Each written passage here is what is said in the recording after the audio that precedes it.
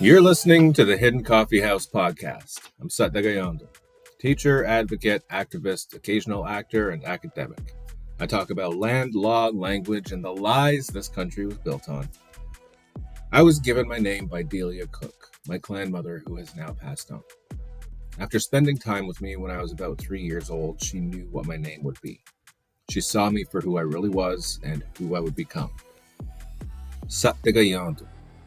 He is of equal places, or he's of equal parts. You could say it means in between realities. And I've come to understand exactly what that means. It's not about being caught between two worlds. It's about being able to stand in both, fully aware without forgetting who you are. It's about knowing what moves under the surface and having the clarity to speak from it. That's how I lived. And that's the space this episode comes from. This isn't about storytelling for the sake of memory. I'm not here to recite history. I'm here to speak to something much older. What we're talking about in this episode is blood memory. It's not a metaphor or a feeling. It's a memory that exists because your blood has held on to something long after everyone else has forgotten. I come from the Turtle Clan, Tyendinaga family. It's a system. My grandmother was Turtle. My mother is Turtle. My great-grandmother was Turtle. Turtles all the way back to the valley. And that's not just a saying. It's a matter of record. That line is intact. It's not broken. It never was. My daughter, she's Wolf. Her mother, my wife, she's Wolf. Her grandmother, Wolf. That line is just as strong, traceable, uninterrupted, and known. We don't need the colonial archive to tell us who we are. But even there, if you go back far enough, the records show what we already know. That the wolf line she carries and the turtle line I carry are alive and documented back before the 1700s. We're not piecing something together or reviving something. We are living inside it daily. Clan is structure. It determines how we walk, where we sit, and who we're accountable to, how we move through the world. It determines our place in the nation and among the Confederacy. It's not some abstract way, but it's law. And that's where the memory lives. Not in just the stories passed down over tea, not in abstract traditions remembered during holidays. It lives in blood and in the structures we're born into. We don't get to choose whether we carry it. We just do. The only choice we have is whether we're going to respect it or try to outrun it. So, for example, I don't speak to my father. I've made that choice, but I still know what he carries, and that doesn't change. I don't have to honor him to acknowledge that the line exists. In fact, knowing what I don't want to pass on is part of the responsibility. That's what the teaching of the spine gives us, the understanding that we carry the ones who come before us even when the relationship is fractured, even when it's painful. You still walk with them because you're not separate from the system that made you. The question is, what do you do with it? So when I say blood memory, I mean the thing that activates in your body before your mind has language for it. The way your hands go cold when you read something you've never seen, but your body reacts like it's familiar. The way a name sticks in your throat before you even realize why. The way a document from 1855 hits harder than it should because it's not just information, it's recognition. And when I first read the Anderson report, the one from 1855 that accused women in Tyendinaga of jugglery and spiritual interference, I didn't feel like I was learning something new. I felt like I was being reminded of something I had already known. The names in that report didn't feel distant or abstract. They felt very familiar. And not because I had ever heard them before, but because my body already knew. That's blood memory. Elizabeth Maracle, Margaret Roses, Betsy Crawford, these women weren't strangers. And I'm not saying I'm related to them. What I'm saying is the memory of what they carried and how they were treated didn't come to me as new information. It came through as something I already held, something that just hadn't been named out loud yet. And it didn't stop there. The 1931 court case confirmed the same thing. Another set of accusations, this time against William Horse Maracle and his sister Sarah Jane Maracle, for assaulting their aunt over witchcraft. It made headlines, it landed in court, witnesses came forward, including a self-identified herb doctor. People were not speaking in metaphor. They were speaking plainly about spirits, medicine, protection, and harm. They were naming the unseen without apology. This wasn't superstition, it was structure. And it was still functioning long after most people assumed it had disappeared. Now, not every woman accused was a seer or a medicine holder. Some were targeted for being older and some for being alone, but it wasn't random. They represented a system that was still intact, one that remembered who it was. It didn't bow down to colonial oversight, and that's what they were trying to suppress. That's the power of blood memory. And that's why I'm not telling a witch story. I'm not here to dress this up in a metaphor. I'm here to speak plainly about the fact that this isn't past. It adapted, survived, and walked forward through people who didn't forget.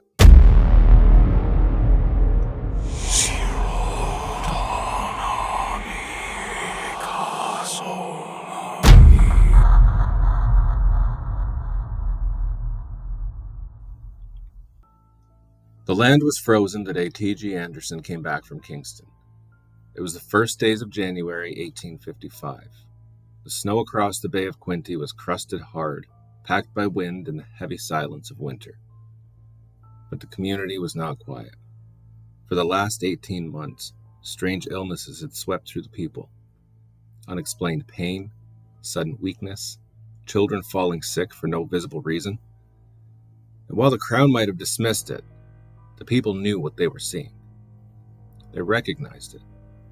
This wasn't a coincidence or an accident. This was deliberate spiritual harm. And they knew who was doing it. There had long been whispers about certain individuals who used old powers. Women known for jugglery and medicine. Names that carried weight. Women whose abilities were once part of our systems of medicine and ballads, but who had shifted into something else. Something darker. The harm being done was no longer for justice or correction. It was now manipulation.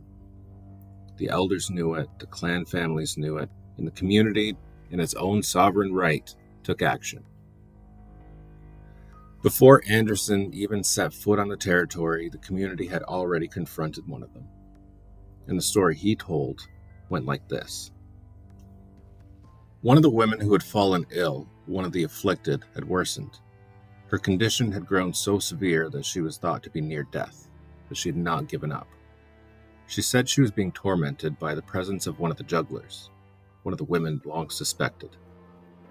She asked that that woman be brought to her, not for punishment, but to face the truth.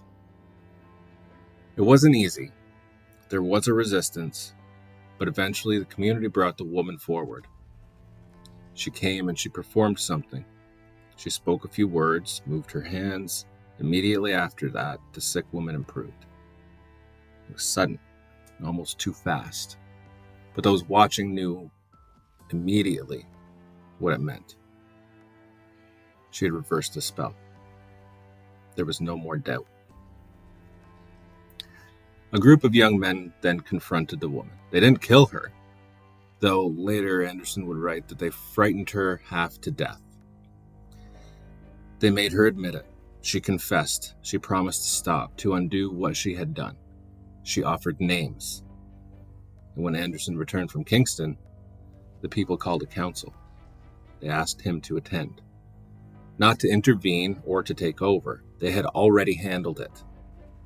But as an Indian agent, the Crown's eyes and ears, Anderson's role was to observe, record, and report. And this time, he did just that.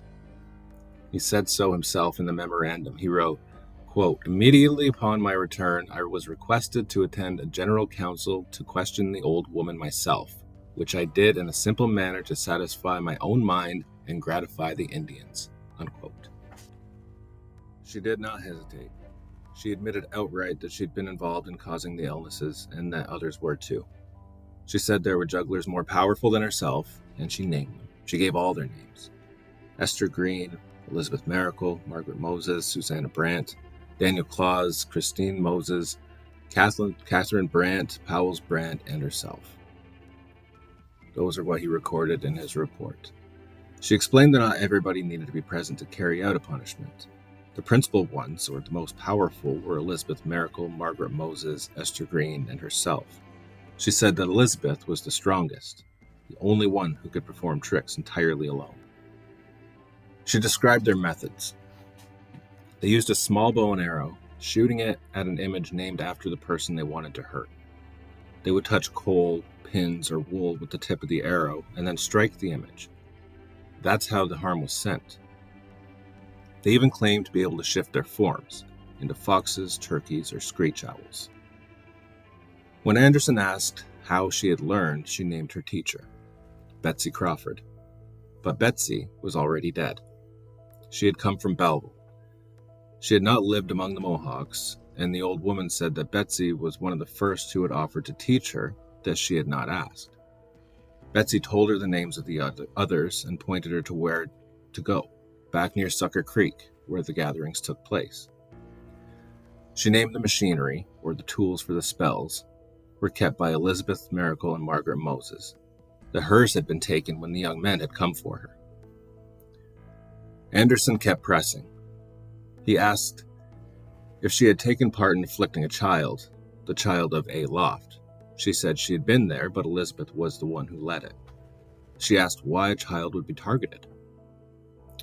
Her answer was blunt. Elizabeth had taken offense at the child once. That's all it took. Then came the detail that chilled everyone. A piece of cloth had been found in the child's ear. The woman admitted she had touched cloth with the arrow and aimed it at the image's ear. There was no guilt, no resistance, just fact. When asked if she could cure what she had done, she said yes. She could undo the harm she had helped cause. She named those who could help. Mrs. Purdy with the help of Susanna Brandt. Mrs. William Powell's with Elizabeth Maracle. Lydia Loft, again with Elizabeth's help. Elizabeth, she said, could cure anyone. Anderson then questioned the people she had named. Most of them denied any involvement. Some, she said, had never actually been present, but were known to her as jugglers. Still, she was clear on the core group. Mrs. Maracle, Mr. Moses, Mrs. Brandt, and Mr. Green. All of them, Anderson wrote, have for years been suspected of humbugging. The tone of the report shifted there. He was no longer just recording statements, he was issuing a warning. He closed his memorandum by saying that he had written it for his own private use and should be returned at once. That was the story as recorded. Not a spectacle, not hysteria, not white fear projected onto red bodies. The Mohawks had seen something happening. They knew who was responsible. They dealt with it. They protected their own.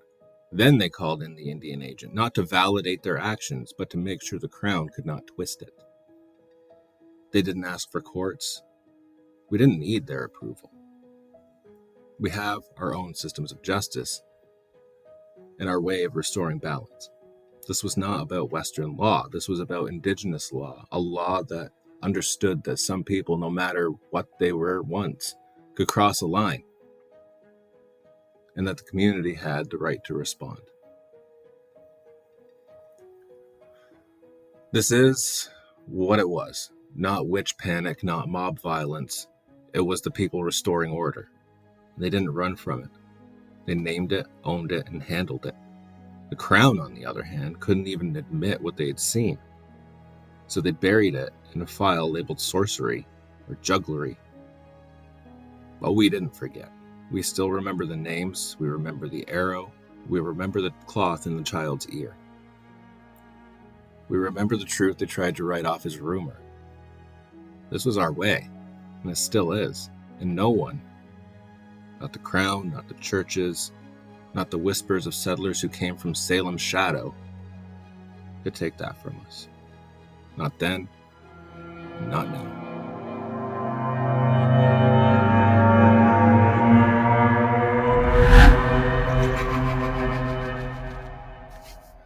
The year was 1931.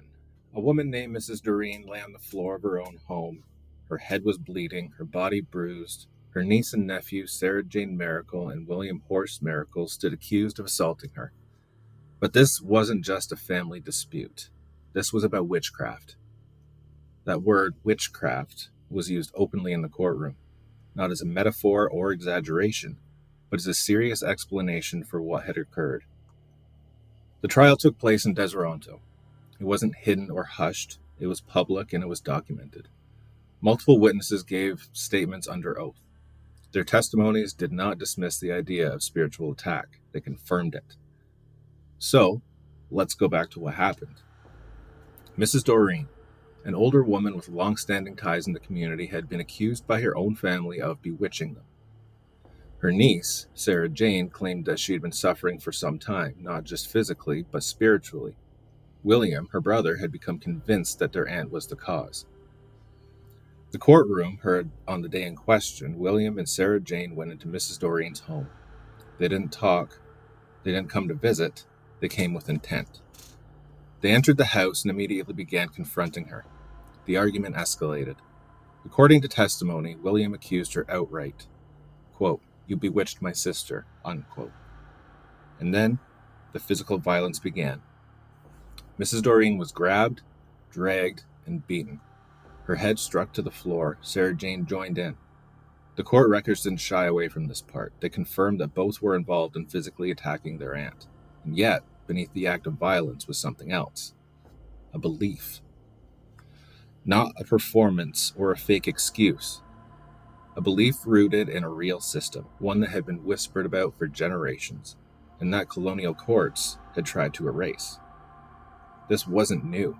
This wasn't some leftover superstition from Europe. This was Haudenosaunee territory. It was Tyendinaga. And the belief in spiritual attack, in people being able to harm through ceremony, prayer, medicine, or intention, was not foreign here. It was local. The Crown prosecutor tried to frame the case as a straightforward assault, but the defense leaned into something deeper. They presented testimony from other community members who confirmed that belief in witchcraft and spiritual interference was still alive and taken very seriously. One of the most powerful testimonies came from a man who identified himself as a herb doctor. He stated that, in his experience, people could be spiritually afflicted, that such afflictions could manifest as sicknesses, confusion, or personal ruin. He didn't name Mrs. Doreen directly, but he validated the idea that spiritual attacks were real and that some people, knowingly or not, could be the source. Other witnesses testified that Sarah Jane had sought help multiple times before the incident, that she had experienced strange sensations, that she had feared she was being watched, and that her health had declined without explanation. Some spoke of family tensions, long-standing resentments, and unresolved conflict. But others focused on dreams, signs, and feelings, spiritual signals that something was wrong. In the courtroom, two realities collided. On one hand, the Crown insisted on viewing the documents through criminal law, assault and battery. On the other hand, the Maracles and several witnesses were speaking the language the Crown could not translate, a language of spiritual causality, a fear rooted in ceremony and ancestral memory. The judge allowed the testimony, not because he believed it, but because too many people in the community did. At one point in the proceedings, a neighbor testified that spiritual power ran in the family, that Mrs. Doreen had long been rumored to hold certain gifts, that her late mother had been considered healer, and possibly more. These weren't accusations, they were acknowledgments. The testimony also confirmed that witchcraft accusations were not rare. People didn't always act on them, but they were spoken about in homes, whispered between neighbors, and passed down in warnings. In the end, William and Sarah Jane Maracle were found guilty of assault. There was no legal category for witchcraft. The law didn't know how to hold what the community was actually wrestling with. They were sentenced, but it wasn't the jail time that mattered. What the trial revealed was this.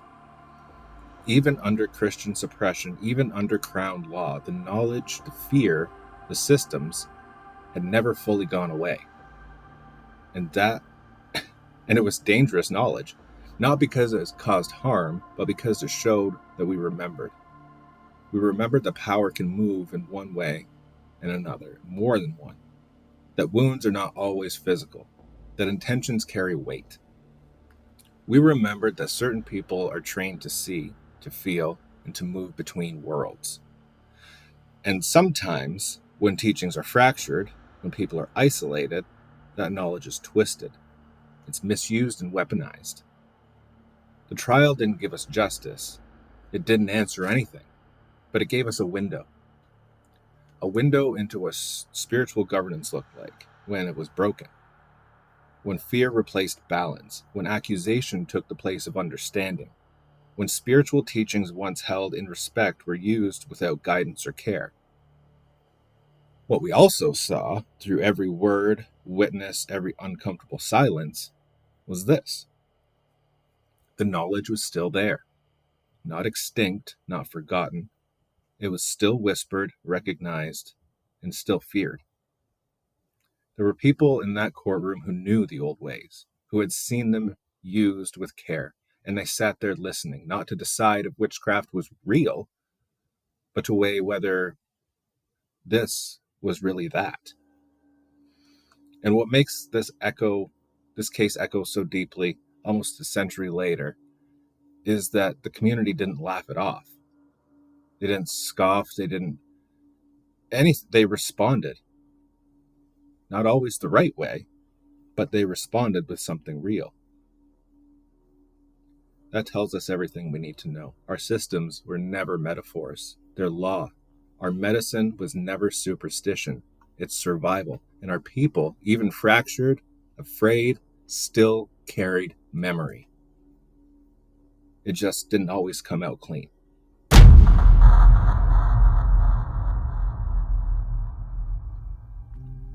You've been listening to the Hidden Coffee House podcast. This wasn't a ghost story. This was governance. They tried to call it madness, they tried to call it superstition, and they tried to call it gone. But our systems were never lost. They were forced underground, but they kept moving. Through blood, through memory, through those of us trained in the in-between. I'm Tyendinaga. That's not just a name, it's a responsibility. We are not afraid of the shadows. We come from them. We walk between worlds, not because it's safe, but because it's necessary. The line never broke. It just went quiet. And now we speak. Tyendinaga.